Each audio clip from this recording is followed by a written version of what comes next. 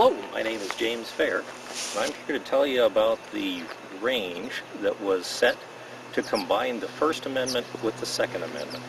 The purpose of that is the Second Amendment, under Article 1, Section 8 of our Constitution, is to call forth the militia to execute the laws of the Union, repel invasion, and suppress insurrection. The First Amendment requires teeth. You have a right to petition your government for a redress of grievance, but once the government becomes an insurrectionist itself, according to the very famous work, tyrants only are rebels because they are rebelling from the actual common law of the will and the consent of the people that actually govern the government. So we have a government now that has a monopoly on power. They have not the authority to deprive a person to petition their government for a redress of grievance, but they have the power, and they do. And that's why we saw in some of the elections free speech zones where people were locked up in cages, not permitted to leave, certainly depriving them of their freedom and their right to peaceably assemble and petition their government for redress of grievances. So the purpose of this range here was to teach the average individual the history of this country, the traditions of the American rifleman, as well as the heritage that comes from April 19th, 1775 on the Lexington Green. How there was no Marines present, there was no Navy, there was no Army. There were only militia standing there for the primary reason of protecting John Adams and Thomas Jefferson. They were coming to collect the cannon, the powder, the rifles, but they had left midnight on the 18th because Jefferson and Adams was in the Lexington Green. Those men were defending basically their own fledgling government and their right to organize and speak. And so our tradition of the American rifleman is one of tremendous sacrifice in order to never again have to go through a bloody civil war. Because at the time, we were all, in 1775, British citizens. We weren't considered really Americans, we were colonists. And the redcoats that were marching on the green, many of them were pressed into service. They were neighbors and fellow countrymen. So it would be today the same as if such a thing were to happen again, going up against a Marine Expeditionary Unit or the 82nd Airborne. It was our own troops that they had to confront. And so the idea is to get back to our heritage, put teeth in the First Amendment so we never again have to go through that kind of a conflict.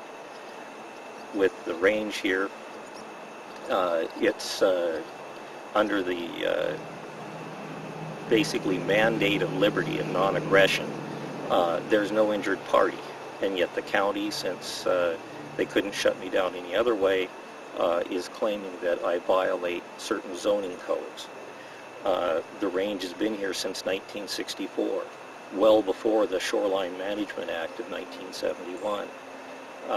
We've been in constant operation. We're private, we're non-profit.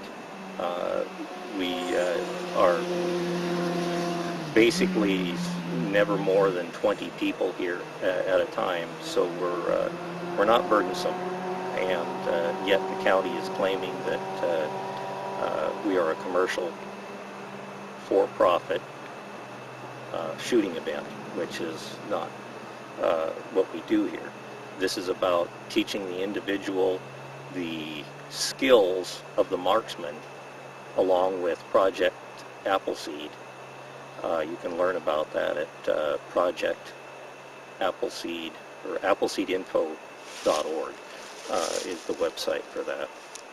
And we will teach the basic skills of the 6 steps to firing the shot, and with it the history of what made the American rifleman so effective.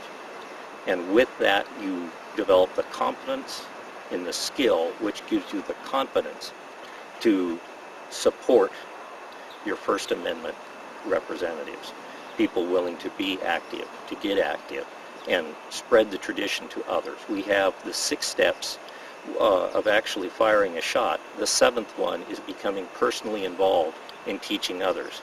If you don't want to shoot a rifle, you can certainly get politically active and help enforce our Bill of Rights, because we no longer have our 10 Bill of Rights anymore. We have the 12 planks of the Communist Manifesto. We have lost our right of private property. We have don't have our freedom of speech with these free speech zones, with Obama telling people to shut up and not talk. That's very articles, the amendments, the first 10, were put there to avoid misconstruction and abuse of powers. And as I said earlier, what we're seeing now in the government is an abuse of powers. They don't have the authority, but they have the power. They own the courts, they own the enforcement, which are the police, and the military that backs them up. So there is really no way to confront them, either in the courts, either in the streets, or militarily under this present system. So our main goal here is to get your First and Second Amendment rights enforced, along with the Third, Fourth, Fifth, the Sixth, the Seventh, the Eighth, the Ninth, the 10th. The Bill of Rights are necessary because those are our natural rights. They are not derived from government.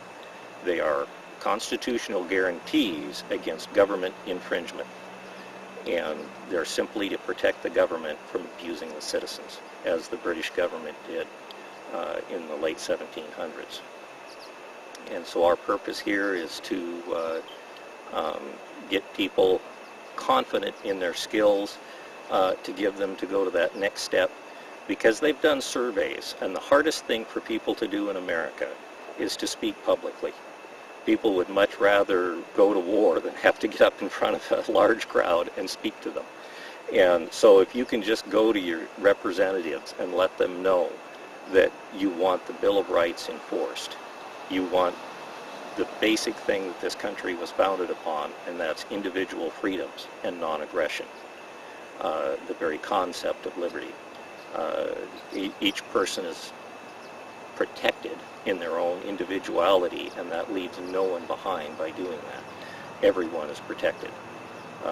There is no discrimination under the Bill of Rights, properly enforced. And that's what we're about.